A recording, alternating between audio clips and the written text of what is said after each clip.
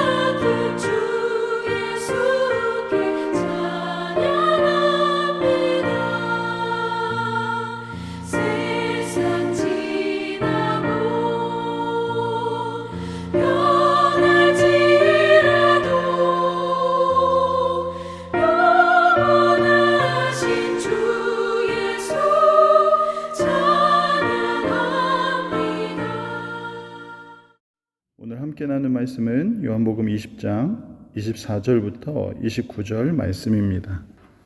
12 제자 중에 하나로서 디두모라 불리는 도마는 예수께서 오셨을 때 함께 있지 아니한지라. 다른 제자들이 그에게 이르되 우리가 주를 보았노라 하니 도마가 이르되 내가 그의 손에 못자국을 보며 내 손가락을 그 못자국에 넣으며 내 손을 옆구리에 넣어보지 않고는 믿지 아니하겠노라 하니라. 여드레를 지나서 제자들이 다시 집 안에 있을 때에 도마도 함께 있고 문들이 닫혔는데 예수께서 오사 가운데 서서 이르시되 너에게 평강이 있을지어다 하시고 도마에게 이르시되 내 손가락을 이리 내밀어 내 손을 보고 내 손을 내밀어 내 옆구리에 넣어보라. 그리하여 믿음 없는 자가 되지 말고 믿는 자가 되라. 도마가 대답하여 이르되 나의 주님이시요 나의 하나님이시니이다. 예수께서 이르시되 너는 나를 본고로 믿느냐 보지 못하고 믿는 자들은 복되도다 하시니라. 아멘. 이 시간 의심에서 확신으로 라는 제목으로 말씀 나누기를 원합니다. 예수님의 12 제자 중에 디두모라 불리는 도마가 있습니다. 그런데 도마라고 하면 떠오르는 단어가 하나 있죠. 바로 의심입니다. 우리가 잘 알다시피 도마는 의심 많은 제자라는 부정적인 별명을 가지고 있습니다. 심지어 오늘 함께 부른 찬송가 135장에서도 허물 많은 베드로를 용서하시고 의심 많은 도마에게 확신 주시고라는 찬송 가사도 있어서 우리는 도마라고 하면 의심 많은 이러한 수식어를 함께 생각하게 되는 것 같습니다. 과연 도마는 어떤 사람일까요? 요한복음에는 도마에 대한 내용이 3번 등장하고 있습니다. 첫 번째로 요한복음 11장에서 예수님은 죽은 나사로를 살리시기 위해서 예루살렘으로 가시는데 이때 도마가 우리도 주와 함께 죽으러 가자고 이야기합니다. 왜 이런 말을 하냐면 바로 직전에 수전절이 있었는데 그 수전절에 예수님께서 설교를 하시다가 나와 아버지는 하나라고 말씀하십니다. 이 말을 듣던 유대인들이 화가 나서 예수님을 돌로 쳐 죽이려고 한 것이죠. 그래서 예수님과 제자들이 그 자리를 피했는데 다시 예수님이 예루살렘으로 가자고 하니 도마도 우리가 주와 함께 죽으러 가자고 이렇게 이야기를 한 것입니다. 우리는 여기서 아주 화끈한 성격을 가진 도마를 보게 됩니다. 분명히 생명의 위협이 있었지만 그러한 위협 앞에서도 주저하지 않고 담대하게 죽으러 가자고 하는 도마의 모습입니다. 두 번째는 요한복음 14장에 나오는데 예수님께서 순환 예고를 하시면서 자신은 이제 처소를 예비하러 가신다고 말씀하시고 내가 가는 곳에 그 길을 너희가 알리라 이렇게 말씀하시죠. 그런데 이때 도마가 주여 주께서 어디로 가시는지 우리가 알지 못하거늘 그 길을 어찌 알겠사옵나이까. 이러한 도마의 질문, 의심 어린 질문으로 인해서 예수님은 내가 곧 길이요 진리요 생명이니 나로 말미암지 않고는 아버지께로 올 자가 없느니라 이러한 대답을 주신 것입니다. 도마의 거침없는 질문에 너무나 귀한 예수님의 말씀, 우리가 하나님 나라에 들어갈 수 있는 정확한 해답을 우리에게 전해 주신 것이죠. 마지막 세 번째로 오늘 본문 요한복음 20장에 도마가 나옵니다. 안식 후 첫날 예수님이 죽으신 지 3일째 되는 날 예수님은 약속하신 대로 부활하셨습니다. 그리고 무덤에 찾아온 여인들에게 부활하신 모습을 나타내셨고 19절 이하의 말씀처럼 그날 부활하신 날 저녁에 유대인들을 두려워하여 숨어있는 제자들에게 예수님께서 나타나셔서 평강이 있을지어다 이렇게 말씀하십니다. 그런데 그때 마침 도마는 그 자리에 함께 있지 아니하였습니다. 도마가 외출하고 돌아왔을 때 다른 제자들은 예수님을 보았노라고 그 못자국 난 손과 창자국 난 옆구리를 우리가 보았노라고 도마에게 이야기해 주었습니다. 그렇지만 도마의 반응은 어떠하였습니까? 오늘 25절의 말씀처럼 내가 그의 손에 못자국을 보며 내 손가락을 그 못자국에 넣으며 내 손을 그 옆구리에 넣어보지 않고는 믿지 아니하겠노라고 이야기합니다. 처음 예수님이 예루살렘으로 가려고 하셨을 때 주와 함께 죽으러 가자고 그렇게 담대했던 도마는 지금은 내가 직접 보지 않으면 만져보지 않으면 믿지 못하겠노라고 왜 그렇게 의심의 말을 하고 있는 것입니까? 물론 예수님이 나타나신 그 자리에 도마가 없었기 때문에 그리고 도마의 그 화끈하고 궁금하면 참지 못하는 그러한 성격 때문일 수도 있습니다. 그런데 더 나아가서 우리가 함께 생각해 보고자 하는 것은 요한복음을 기록한 이 요한은 과연 어떠한 의도로 도마의 이야기를 요한복음의 중간중간에 넣어둔 것일까요? 생각해보면 그 유명한 베드로의 이야기, 예수님을 부인했던 베드로에게 내가 나를 사랑하느냐 물으시고 내 양을 치라고 다시금 사명을 주시는 그 이야기 앞에 도마의 이야기를 하고 있는 것은 분명한 의도가 있지 않을까 우리는 생각해 볼 수 있습니다.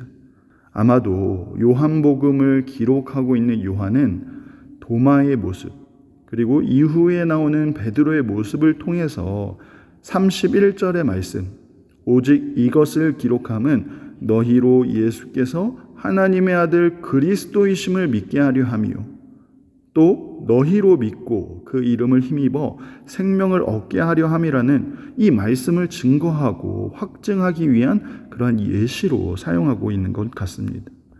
특별히 이 요한복음이 기록될 당시의 상황은 마치 도마처럼 마치 베드로처럼 자신의 신앙을 지키기가 매우 힘들고 어려운 상황이었습니다. 여전히 거센 로마의 핍박들이 있었고 영지주의와 같은 이단으로 인해 믿음을 지키는 것이 힘든 상황이었죠. 이러한 상황에서 사도 요한은 한 사람의 신앙 고백이 어떻게 이루어지고 한 사람이 어떻게 신앙의 삶을 살게 되는지, 어떻게 주를 위해 살게 되는지, 어떻게 영생을 얻고 생명으로 인한 삶을 살아가게 되는지를 보여주고자 하는 것입니다. 그의 손에 못자국을 보며 내 손가락을 그 못자국에 넣으며 내 손을 옆구리에 넣어보지 않고는 믿지 아니하겠노라고 너무나 단호하게 말했던 도마였지만 그렇지만 그런 도마를 위해서 여드레 후에 다시 찾아오신 예수님으로 인해서 나를 만져보라고 말씀하셨던 그 예수님으로 인해서 도마는 예수님 앞에서 나의 주님이시오, 나의 하나님이라는 아주 위대한 신앙 고백을 드리고 있는 것입니다. 이후에 여러분 도마의 삶이 어떻게 변화되었습니까? 21장 2절 말씀해 보시면 시몬 베드로와 디두모라 하는 도마와 갈릴리 가나 사람 나다나엘과 세베대의 아들들과 또 다른 제자 둘이 함께 있다가 부활하신 주님이 다시 갈릴리 호수에 나타났을 때 7명의 제자가 거기에 있었는데 도마가 시몬 베드로에 이어서 두 번째 순위에 나오고 있다라는 사실입니다. 다른 복음서를 보시면 처음 12제자 명단에 도마는 항상 6번째나 7번째나 8번째의 위치에 있었습니다. 그런데 예수님을 만나고 그러한 신앙의 고백이 드려진 이후에 이제는 도마가 나다나엘보다 앞에 등장하고 있다는 것이죠. 세베대의 아들들보다 더 앞에 등장하고 있습니다. 그리고 성경에는 기록되어 있지 않지만 전승에 의하면 도마는 페르시아를 지나 인도까지 가서 복음을 전하다 순교합니다. 그는 제자들 중에 가장 먼 곳까지 가서 복음을 전하다 순교한 사람인 것이죠. 도마는 마지막까지 무릎을 꿇고 기도하는 자세로 창에 찔려서 순교했다라고 그렇게 전해지고 있습니다. 사랑하는 성도 여러분, 요한복음은 1장 1절에서 이 말씀은 곧 하나님이시니라 라는 말로 시작을 합니다. 그리고 도마의 고백, 곧 그리스도가 나의 주님이시고 나의 하나님이라는 그 고백으로 마무리를 하고 있지요. 이것은 도마의 신앙 고백, 곧 의심에서 확신으로 변한 이 신앙 고백이 그 당시에 고난 중에 있는 믿음의 사람들에게 또한 이 시대를 살아가는 우리의 신앙 고백이 되어지기를 바라는 사도 요한의 의도가 담겨 있다는 사실입니다. 사랑하는 성도 여러분, 우리도 물론 살아가면서 도마와 같이 우리의 믿음에 의심이 생길 때도 있고 우리의 믿음이 흔들릴 때도 있습니다. 은혜 받았을 때는 다 드릴 수 있을 것처럼 그렇게 이야기하다가도 고난의 상황이 오면 왜 우리의 기도를 들어주시지 않는지, 왜 나만 이러한 고난을 당해야 하는지 생각하면서 믿음의 의심과 함께 우리의 신앙이 흔들릴 때도 있습니다. 하지만 그렇게 흔들리는 우리에게 도마에게 찾아가셨던 그 주님은 오늘도 우리에게 찾아오셔서 우리를 위해 못 박히신 손과 그 발, 우리를 대신해서 찔리신 창자국을 보이시며 우리를 생명의 길로 인도해 주시는 것입니다. 사랑하는 성도 여러분, 오늘 우리도 예수님을 향해서 나의 주님이시오, 나의 하나님이심을 함께 고백하길 원합니다. 하지만 이 고백이 단순히 교회를 오래 다녔기 때문에 그냥 외워서 나오는 그런 신앙 고백이 아니라 오늘 나의 삶의 문제 가운데 깊은 고민을 통과해서 나오는 나의 전인격을 다해서 드려지는 그러한 우리의 신앙 고백이 되기를 간절히 소망합니다. 오늘도 나를 위해 나의 삶에 찾아오시고 나의 신앙 고백을 기뻐하시는 우리 주님 앞에 온 마음을 다해 나의 주님이시오, 나의 하나님이라고 고백하는 저와 여러분의 모습이 되기를 간절히 소망합니다. 기도하겠습니다. 사랑하는 하나님, 오늘 도마의 모습을 통해서 나의 신앙과 나의 믿음을 다시 한번 점검하게 하시니 감사를 드립니다. 우리가 오랫동안 교회를 다녔기 때문에 또 매 주일마다 매 예배 시간마다 외우기 때문에 습관적으로 고백하는 그러한 나의 신앙 고백이 아니라 나의 삶의 모든 문제 앞에서 나에게 찾아오시는 예수 그리스도를 인격적으로 만나게 하셔서 그래서 이제는 도마의 고백처럼 주님만이 나의 구주시오, 나의 하나님이심을 고백하는 우리의 모습 되게 하여 주옵소서. 우리가 우리의 인생 가운데 여전히 우리 안에 의심이 쌓일지라도 그 의심을 통과하여서 믿음의 확신을 가지고 생명의 삶을 살아갈 수 있도록, 주를 위해 살아갈 수 있도록 주님 우리의 삶을 다스려 주옵소서. 감사를 드리오며 살아계신 예수님의 이름으로 기도합니다. 아멘. 오늘은 우리가 요한복음 19장부터 21장까지 읽는 날입니다. 오늘도 말씀과 함께 승리하시길 소망합니다.